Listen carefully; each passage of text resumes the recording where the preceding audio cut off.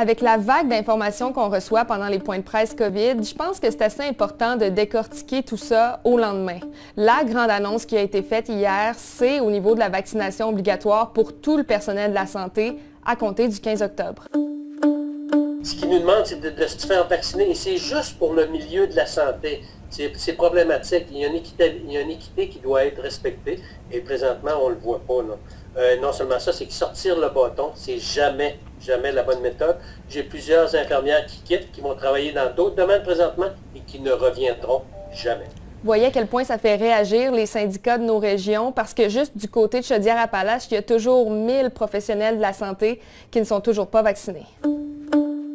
Il y a de la pression des deux côtés. La pression pour ceux qui ne veulent pas se faire vacciner, la pression d'être obligés de se faire vacciner ou ben non, ils vont être mis en congé sans solde, et la pression pour ceux qui sont vaccinés, qui restent, qui ont fait du temps supplémentaire à 2, 3, 4 fois par semaine dans plusieurs départements comme l'urgence, les soins intensifs, le bloc opératoire, l'unité mère-enfant, qui vont devoir en faire encore plus. Et pour eux, le message que je reçois, c'est qu'ils vont démissionner aussi. Il faut savoir que la vaccination sera aussi obligatoire pour tous les visiteurs qui vont vouloir fréquenter un centre hospitalier. On aura tous les détails d'ici vendredi, mais en gros, ce que ça veut dire, c'est que le conjoint d'une femme enceinte pourrait se voir refuser l'accès à l'hôpital s'il n'est pas vacciné.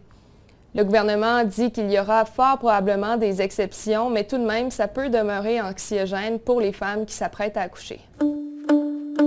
On entrevoit ou on trouverait dommage que des femmes se retrouvent à devoir accoucher seules à cause de en raison de cette directive-là.